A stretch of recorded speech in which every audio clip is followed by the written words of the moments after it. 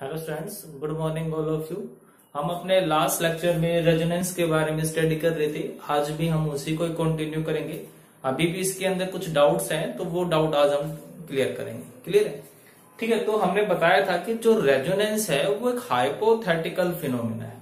हम रेजोनेंस के साथ इसलिए डील करते हैं क्योंकि जो प्रॉपर्टी हम थ्योरेटिकली नहीं समझा सकते उनको हम समझाने के लिए रेजोनेंस का यूज करते हैं। ठीक है। तो जैसे कि हमने एग्जांपल लिया था ओजोन का, अभी भी उसके अंदर डाउट है कुछ स्टूडेंट्स को। तो जो ओजोन है, हमने सिंपल क्या करना है, ओजोन का लैब स्ट्रक्चर बनाना है और कुछ भी नहीं करना हमने ना। ये तो बहुत सिंपल सा ना, लैब स्ट्रक्चर ओजोन है, 3 ऑक्सीजन है मेरे पास। ठीक है, 1, 2 और 3, ये 3 ऑक्सीजन होगी। अब हमें पता है कि भाई ऑक्सीजन के आउटर मोस्ट में 6 इलेक्ट्रॉन्स होते हैं, है ना। ऑक्सीजन के आउटर मोस्ट में 6 इलेक्ट्रॉन होते हैं। ठीक है। और ऑक्सीजन के जो सेकंड पीरियड में लाई करती है, तो इसका मतलब क्या हुआ कि ऑक्सीजन मैक्सिमम 4 बॉन्ड ही बना सकती है, 4 से ज्यादा किसी भी हालत में नहीं बना पाएगी। क्योंकि ऑक्सीजन सेकंड पीरियड का मतलब क्या हुआ कि उसके पास एक s ऑर्बिटल होगा और 3 p के ऑर्बिटल्स होंगे। क्लियर है ना। अब बात करूं मैं इस फर्स्ट ऑक्सीजन की, तो ये फर्स्ट ऑक्सीजन क्या करेगा, इसके साथ डबल बॉन्ड बना लेगा। ठीक है। तो भाई इस ऑक्सीजन के कितने इलेक्ट्रॉन पूरे हो गए, 8 पूरे हो गए ना, 4 इलेक्ट्रॉन्स और 2 बॉन्ड हो गए। तो ये ऑक्सीजन हो गई स्टेबल। अब इस ऑक्सीजन की बात करूं तो ये ऑक्सीजन भी स्टेबल हो गई है। बट ये जो थर्ड ऑक्सीजन है ये कैसे जुड़ेगी। अब कई बार दिमाग में आ जाता है कि भाई ये इसके साथ भी डबल बॉन्ड बना लेगी। चलो एक बार हम मान लेते हैं कि इसके साथ इसने डबल बॉन्ड बना लिया। क्लियर है, अज्यूम करो।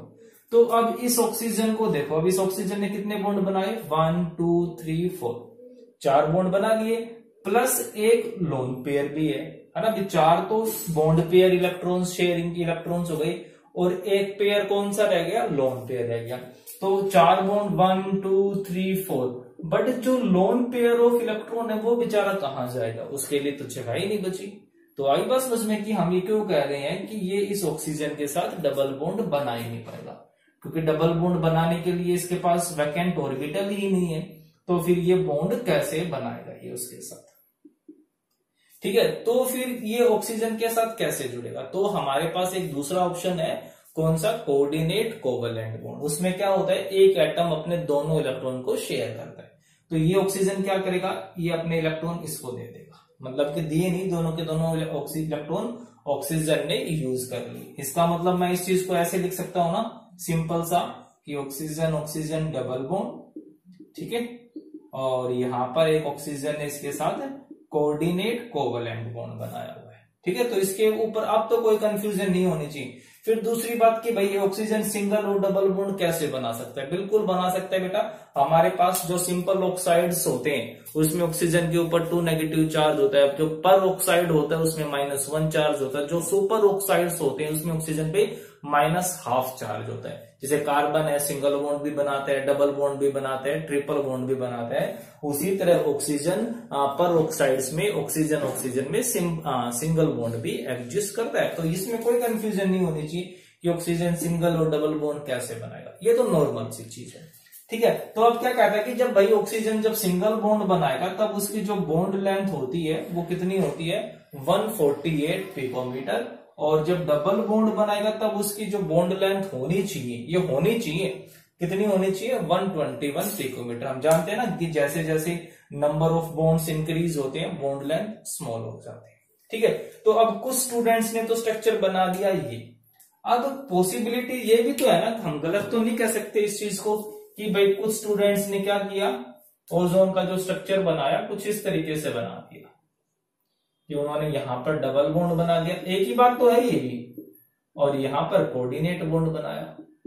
कोई है डिफरेंस इसमें, कुछ भी डिफरेंस लग रहा है, कोई फर्क नहीं है ना। कि हम कहीं पर भी लगा दो उससे क्या फर्क पड़ता है, वही सेम चीज है ना। उसने हमने इन दोनों ऑक्सीजन के साथ सिंगल बॉन्ड बना दिया, उन्होंने यहां पर बना दिया, है तो ऑक्सीजन ऑक्सीजन ही है ना। तो फिर से यहां पर क्या होगा, फिर से जो बॉन्ड लेंथ यहाँ पर कितनी होनी चाहिए, 148 होनी चाहिए, और डबल बॉन्ड के केस में 121 होनी चाहिए। ठीक है। बट जब हमारे पास एक्सपेरिमेंटल डाटा आए, जब हमने एक्सरे डायफ्रैक्शन या दूसरे मेथड का यूज किया, तब जो हमारे पास जो रिजल्ट आए वो चौंकाने वाले आए। और जो हमारे पास जो रिजल्ट आया, मतलब कि जो रियल स्ट्रक्चर जो है ओजोन का, मतलब ये तो हमने कॉपी पेन पे बनाए हैं सिंपल, बट जो रियल में जो ओजोन होती है वहां पर जो बॉन्ड होता है, हमें नहीं पता कि वहां पर बॉन्ड क्या होगा, सिंगल होगा, डबल होगा, ट्रिपल होगा, हमें कुछ नहीं पता। बट हमें एक्सपेरिमेंट से ये पता चला कि वहां पर जो बॉन्ड लेंथ होगी वो बॉन्ड लेंथ कितनी होगी, 128 पिकोमीटर। तो 128 का मतलब क्या हुआ, ना तो वहां पर डबल बॉन्ड हुआ, ना यहाँ पर सिंगल बॉन्ड हुआ। अब समझाओ इस बात को कैसे समझाओगे। तो हमारे पास ऐसी कोई भी थ्योरी नहीं, भी ये थ्योरी तो है कि कोई सिंगल बॉन्ड होता है, कोई डबल बॉन्ड होता है, कोई ट्रिपल बॉन्ड है, थ्योरीज तो है ये अलग अलग, है ना। अगर ये थ्योरी नहीं होती तो हमें ये भी नहीं पता होता कि सिंगल बॉन्ड होता है कि नहीं होता है। अब जैसे हम पढ़ेंगे इसी चैप्टर में लास्ट में मॉलिक्यूलर ऑर्बिटल थ्योरी, तो उस थ्योरी के अकॉर्डिंग 1.5 बॉन्ड 2.5 बॉन्ड बिल्कुल बन सकते हैं, ठीक है। तो उस चीज से कोई कंफ्यूजन नहीं होनी चाहिए। तो क्या कहता है यहाँ पर कि ऑक्सीजन की जो बॉन्ड लेंथ शो हो रही थी, जो रियल डाटा था, जो ओरिजिनल स्ट्रक्चर था, वो 128 पिकोमीटर था। तो अब इस चीज को साइंटिस्ट सब पजल हो गए कि भैया अब इस चीज को समझाएं कैसे। या तो पुराने थ्योरी में कोई चेंज करो, है ना, कि हम सिंगल डबल ट्रिपल की जगह सिंगल भी, फ्रैक्शन में भी हम बॉन्ड्स बनाएं अपने, या फिर एक नई थ्योरी लेके आओ। तो नई थ्योरी आई रेजोनेंस की, ठीक है। तो रेजोनेंस का मतलब वही था, उन्होंने साफ साफ क्लियर किया कि रेजोनेंस जैसी कोई चीज होती नहीं है। तो अब जो इस स्ट्रक्चर को, जो रियल स्ट्रक्चर है, इस स्ट्रक्चर को क्या नाम दिया, resonance hybrid, resonance hybrid structure. तो हाइब्रिड का मतलब जानते हो ना कि जब दो अलग अलग क्वालिटी के सब्सटेंसेस को मिक्स किया जाता है तब हमारे पास एक न्यू जनरेट होता है, तो वही चीज, तो हाइब्रिड वर्ड यूज किया। तो हाइब्रिड हमेशा मिक्सिंग से बनेगा, तो मैं किसको मिक्स करूंगा, इन दोनों को मिक्स करूंगा। तो जब मैं इसको मिक्स करूंगा तो यहां पर क्या था, डबल बॉन्ड था, यहां पर क्या है, सिंगल बॉन्ड। एक्चुअल में ऐसा कुछ है नहीं, सिंपल थ्योरी है, फिर से कह रहा हूं कि थ्योरी है, ऐसा कुछ भी मिक्स नहीं होता है, कुछ भी मिक्स नहीं होता है। बट समझाने के लिए कि यहाँ पर डबल बॉन्ड था, यहाँ पर सिंगल बॉन्ड है, जब मैं दोनों को मिक्स करूंगा तो इसका मतलब क्या होगा कि वहां पर जो बॉन्ड कैरेक्टर आएंगे, वो बॉन्ड कैरेक्टर क्या आ जाएंगे कि वो सिंगल बॉन्ड से तो ज्यादा होगा बट डबल बॉन्ड से कम होगा, और उसको हम कुछ इस तरीके से डिनोट कर देते हैं। मतलब कि यहाँ पर पार्शियल डबल बॉन्ड हुआ, डबल बॉन्ड नहीं होना। अगर डबल बॉन्ड होता तो 121 पिकोमीटर लेंथ आती, बट यहां से थोड़ी सी ज्यादा है, मतलब कि डबल बॉन्ड कंप्लीट नहीं है, तो उन्होंने क्या वर्ड यूज किया, पार्शियल डबल बॉन्ड। तो ये हमारे पास आ गया इस तरीके से। तो ये है बिल्कुल रियल स्ट्रक्चर, बट इसको समझाने के लिए हमारे पास कोई ऐसी थ्योरी नहीं है, इसलिए हमें किसका यूज करना पड़ रहा है, रेजोनेंस का। तो दिमाग में ये मत डालो कि भाई यहाँ पर 1.5 बॉन्ड है, ऐसा कुछ भी नहीं है यहाँ पर, बस हम इस चीज को प्रैक्टिकली समझाने में इनकन्वीनियंट है, इसलिए हमने रेजोनेंस की हेल्प लिया है। क्लियर है। और एग्जाम्पल देखते हैं, जैसे कि सेकंड एग्जाम्पल है हमारे पास CO2 का। सेकंड एग्जाम्पल है हमारे पास CO2 का। केमिस्ट्री में इतनी प्रॉब्लम्स इसलिए होती हैं क्योंकि हम उन सब्सटेंसेस के साथ डील करते हैं जो हमें दिखाई भी नहीं देते, माइक्रो, जबकि फिजिक्स में हम मैक्रोस के साथ डील करते हैं जो कि प्रैक्टिकल है, डेली लाइफ से जुड़ी हुई है, इसलिए जल्दी समझ में आ जाती है वो।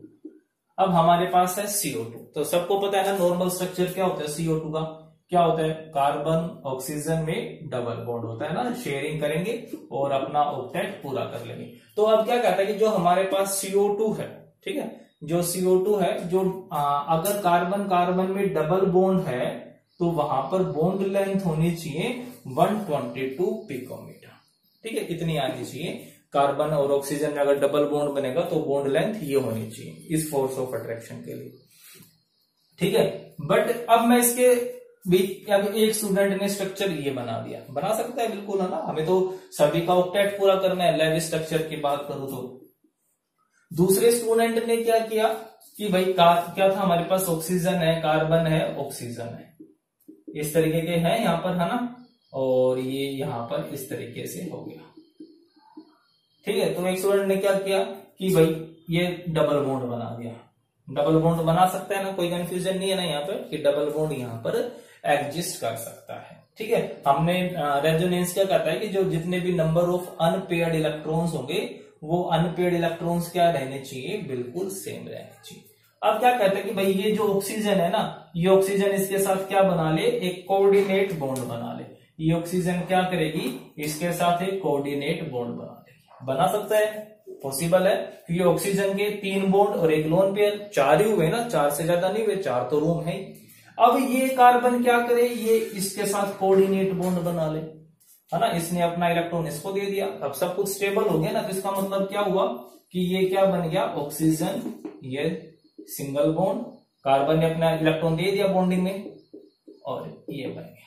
अब आप जब चेक करोगे टोटल अनपेड इलेक्ट्रॉन सेम है, 4 और 4 8, यहां पर 6 और 2 8, ठीक है। ये कुछ ऐसा आ गया हमारे पास। तो जो ट्रिपल बॉन्डिंग होती है उसमें बॉन्ड लेंथ कितनी होनी चाहिए, 110 होनी चाहिए। डबल बॉन्ड में 122 होनी चाहिए और इसके अंदर 110 होनी चाहिए। अब किसी ने तो ये डायग्राम बनाया, फिर कोई दूसरा स्टूडेंट था, उसने कैसा बना दिया कि सभी का ऑक्टेट पूरा करना है, बिल्कुल बना सकते हैं। अब उसने यहां पर ट्रिपल बॉन्ड बना दिया और यहां पर सिंगल बॉन्ड, ठीक है। हम सिंपल लेवल स्ट्रक्चर की बात कर रहे हैं, जिसमें लेस इलेक्ट्रोनेगेटिव एटम बीच में होता है, साइड में मोर इलेक्ट्रोनेगेटिव एटम होते हैं, और हमें लगभग सभी का ऑक्टेट पूरा करना होता है, ठीक है। क्लियर हो गया। तो यहां पर कार्बन ऑक्सीजन की ट्रिपल बॉन्ड थी, अब यहां पर कार्बन ऑक्सीजन की ट्रिपल बॉन्ड आ गई, मतलब कि 122 डबल बॉन्ड है, ट्रिपल बॉन्ड है तो 110। बट जो एक्चुअल स्ट्रक्चर था, ठीक है, जो रियल स्ट्रक्चर था, रियल स्ट्रक्चर जब हमने प्रैक्टिकली उसको चेक किया, तब हमें क्या मिला कि जो कार्बन ऑक्सीजन की जो बॉन्ड लेंथ है वो कितनी थी, 100 पिकोमीटर, सॉरी 115 पिकोमीटर। मतलब कि ना तो ट्रिपल बॉन्ड है ना ही डबल बॉन्ड है।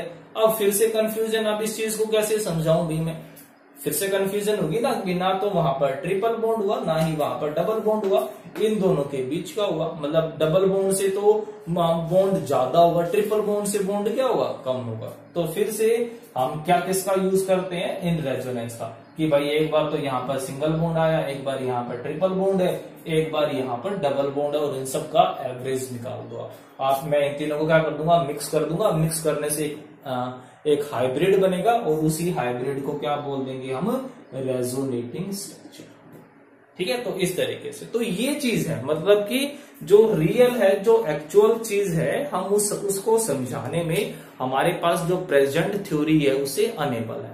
तो हम उन सब चीजों को समझाने के लिए हम एक नए टूल रेजोनेंस का यूज कर रहे हैं, कि रेजोनेंस सिर्फ हमें समझाने में थोड़ी सी हेल्प करेगा, बट दिमाग में मिसकंसेप्ट मत डालना कि भाई ये दोनों चीज होती हैं फिर वो आपस में मिक्स होती हैं। ये दोनों चीजें तो होती ही नहीं है, ये तो हमारी सिर्फ कॉपी पेन की हेल्प से, ये तो हमारे दिमाग की उपज है कि भाई हम ऐसा ऐसा सोच रहे हैं, ठीक है। ऐसा कुछ भी नहीं है, जो रियल है वो रियल ये ही है, बट इसको समझाने के लिए मैं इन सब का यूज कर रहा हूं, ठीक है। अब जैसे हम नेक्स्ट स्ट्रक्चर की बात करते हैं, नेक्स्ट है हमारे पास कार्बोनेट।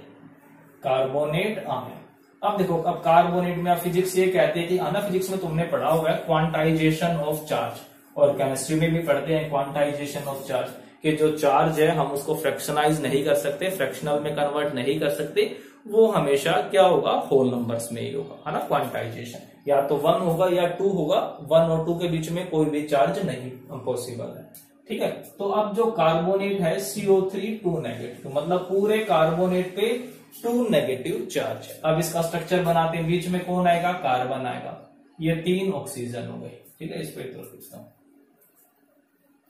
हमारे पास जो कार्बन है वो क्या हो गया, कुछ इस तरीके से हो गया, ठीक है, हो गया। अब जो ऑक्सीजन है उसके पास 6 इलेक्ट्रॉन तो होते ही हैं, ठीक है। ऑक्सीजन के पास 6 इलेक्ट्रॉन, तो मैंने क्या किया, इनको जोड़ दिया। अब ये तीनों आपस में जुड़ रहे हैं, तो अगर इसके साथ डबल बॉन्ड बना दिया तो ये तो जुड़ ही नहीं सकता है, इसलिए मैंने इसके साथ भी सिंगल बॉन्ड बना दिया और इसके साथ भी सिंगल बॉन्ड बना दिया, हो गया। तो कार्बन स्टेबल हो गया, ये स्टेबल हो गया। अभी ये दोनों ऑक्सीजन स्टेबल नहीं हुए ना, क्यों नहीं हुए, 1 2 3 4 5 6 7 इलेक्ट्रॉन है, इसके भी 7 है, बट हमारे पास क्या था, CO3 2 नेगेटिव, मतलब 2 इलेक्ट्रॉन उन्होंने एक्स्ट्रा गेन किए हुए, तो एक नेगेटिव चार्ज यहां पर आ गया, एक नेगेटिव, मतलब ऑक्टेट कंप्लीट हो गया। तो अब इस स्ट्रक्चर को देखने से क्या लग रहा है आपको, आप कोई आपसे पूछे भाई आप क्या क्या यहां से कंक्लूजन निकालोगे कि ये जो ऑक्सीजन है वो न्यूट्रल है, ये जो ऑक्सीजन है उस पे -1 चार्ज है और ये जो ऑक्सीजन है इस पे -1 चार्ज है। बट जब एक्सपेरिमेंट हुआ, फिर से डायफ्रैक्शन की हमने हेल्प ली, तो वहां से पता चला कि तीनों ऑक्सीजन के ऊपर नेगेटिव चार्ज है, और जो नेगेटिव चार्ज है वो उसका मैग्नीट्यूड 1 नहीं है, 1 से छोटा है, मतलब फ्रैक्शन में है।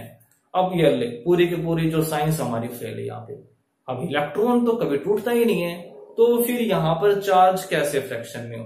तो अब साइंटिस्ट के पास एक तो लॉजिक ही है कि भाई कहते कि भाई पूरी फिजिक्स फेल, पूरी केमिस्ट्री फेल, सब कुछ फेल हो गया, यहाँ पर तो बंद करो सारी किताबें।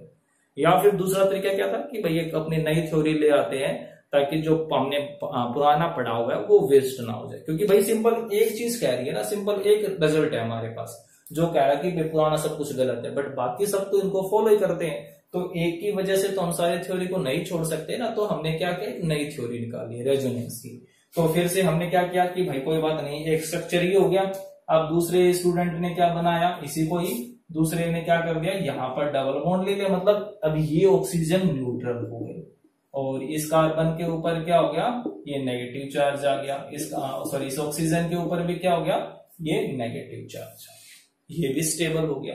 तीसरे स्टूडेंट ने क्या कर दिया, अब कि जो डबल बॉन्ड यहाँ पर था वो अब डबल बॉन्ड कहां पर आ जाएगा, यहाँ पर आ जाएगा, ठीक है, वो अब डबल बॉन्ड यहाँ पर आ गया। क्लियर है? तो इसका मतलब क्या हुआ कि डबल बॉन्ड कभी यहाँ पर है, कभी यहाँ पर है, कभी यहाँ पर है, मतलब डबल बॉन्ड एक बार यहाँ पर, फिर यहाँ, फिर सिंगल बॉन्ड, फिर सिंगल बॉन्ड। तो अब मैं तीनों को क्या करूंगा, अब मैं तीनों को हाइब्रिड कर दूंगा, मिक्स कर दूंगा, मतलब कि जो हमारी जो रियल चीज है उसको समझाने के लिए कि भाई क्या हुआ एक्चुअल में, कि कहीं पर भी डबल बॉन्ड नहीं है, सभी जगह क्या है, पार्शियली डबल बॉन्ड, सभी जगह क्या है, पार्शियली डबल बॉन्ड।